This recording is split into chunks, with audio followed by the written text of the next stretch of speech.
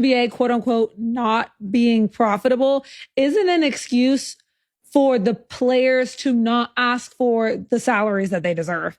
I don't think people understand when they say stuff like that, that the NBA, any sports league, is not profitable in its like first 20, 30, 40 years of existing. The NBA didn't become profitable until Bird and Magic. It takes a very long time. That does not mean, however, that, like you said, valuations are important. Revenue, like making a certain percent of the revenue is important. Making a certain percent of things like your jersey sales, XYZ, are important.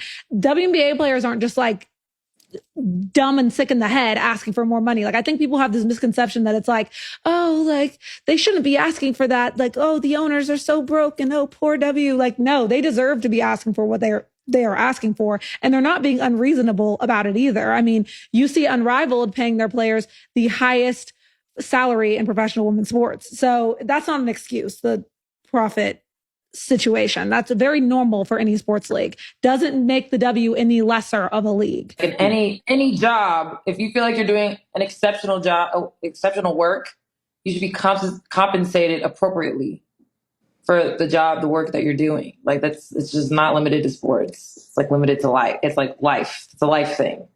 So I'm like, all y'all walking around like you think that you have outperformed your current salary. You're not going to ask for a raise. There's also a macro level thing going on here too, where women are simultaneously criticized for making less money because they're not asking for enough. Like women, like anytime you talk about like the gender wage gap, there's a conversation of, oh, well, like women don't negotiate as well. They're more likely to take like, the first or second offer. Yeah. But then when you like go out and you start Ask for advocating something, for they're yourself, like, yeah. Let me kind of look at this objectively to try to add some value into this, because I realize that we're talking to women that are very young and they've probably never worked in corporate America to where they've excelled to the point to where they actually understand how money work and valuations work. And I see they're trying to count what they have based off of what the owners are projecting, right?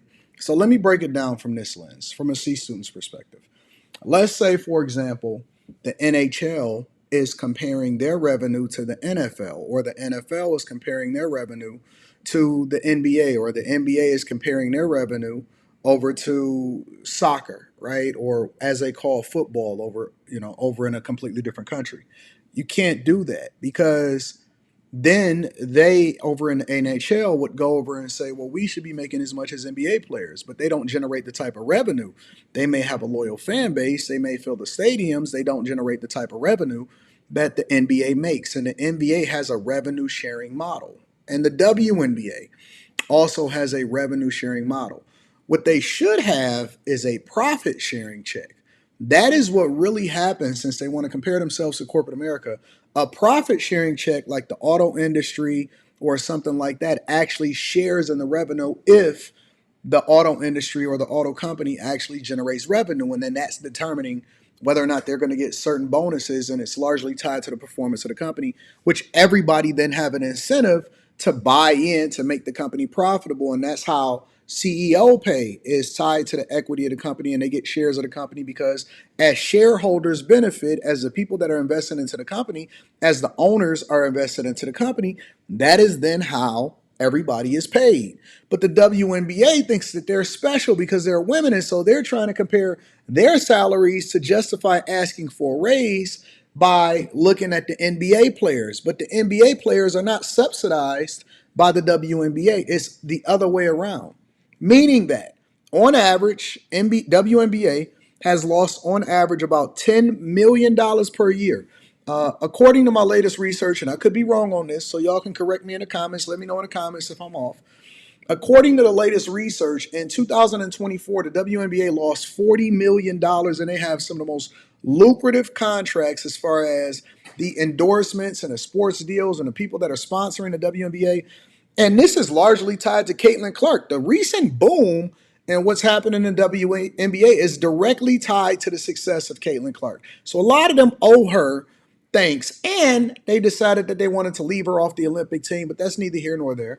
The point that I'm making is you cannot compare yourself to somebody else to justify your salary.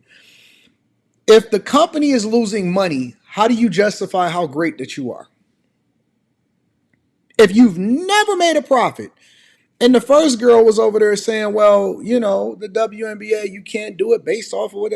What are you talking about? Do you realize that if you go and research the NBA, that a lot of those guys had jobs in the off season? They were plumbers, electricians, all of that stuff. When the NBA was not generating the type of revenue that it is now, prior to, if she want to use Magic and Bird, Magic was the first $1 million per year player.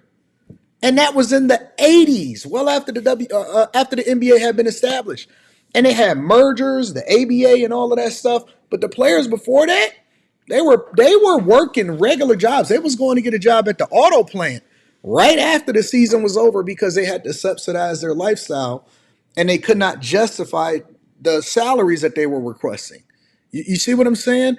It's a bad product, honest to God. And the only reason that this interests me, this particular clip, is because I recently read that Detroit, who we used to have the Detroit Shock, and they won 3 championships courtesy of Bill Laimbeer, former Pistons bad boy NBA player.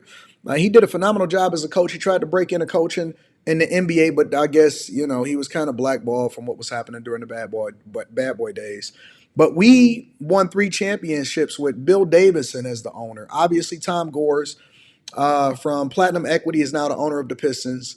And we are lobbying, and we have like a ton of millionaire, high-profile investors, including Tom Gores, Eminem, Jared Goff, and so on and so forth. The who's who of Detroit that is basically lobbying the WNBA and the NBA to bring a franchise back to Detroit, which for me, I'm like, we're a phenomenal sports town.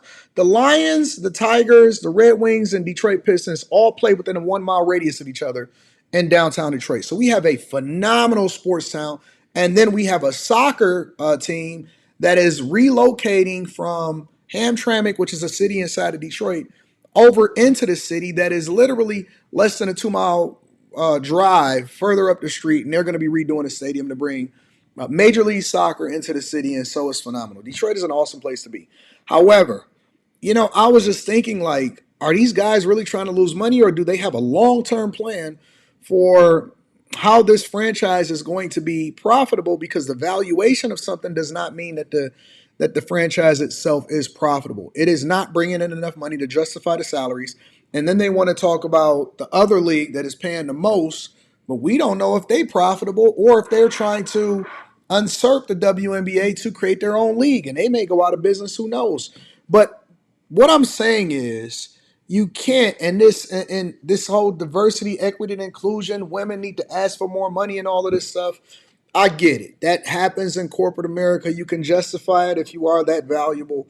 If you've sacrificed the way that another man sacrificed, if you didn't have kids and you could just continue to run up the bag and get to the executive levels, or you create your own company, cool, I'm with it. But to say that I deserve this because men have it is not a good enough reason to justify a much, much higher salary for women that put on a substandard product. Had it not been for the explosion in the marketing of Caitlin Clark, that we still would be looking at them, and I can go and get a whole row of front row seats for $10 a piece. I'm just not going. It don't make business sense to me. I don't know how these women continue to justify it. And I just think that the league should be profitable before they start demanding more of whatever it is that they think that they are. But this is a luxury, a privilege that women have largely had, to say stuff like this and still be able to get away with it. But I could be wrong. Y'all let me know what y'all think inside of the chat. Make sure you tap into the Patreon. Link is in the description. Also, Teach Henley, 40% off your first order plus 20% off for life. I love you. I appreciate you. Y'all let me know if y'all think that WNBA players deserve a higher salary. Probably more commensurate with the men.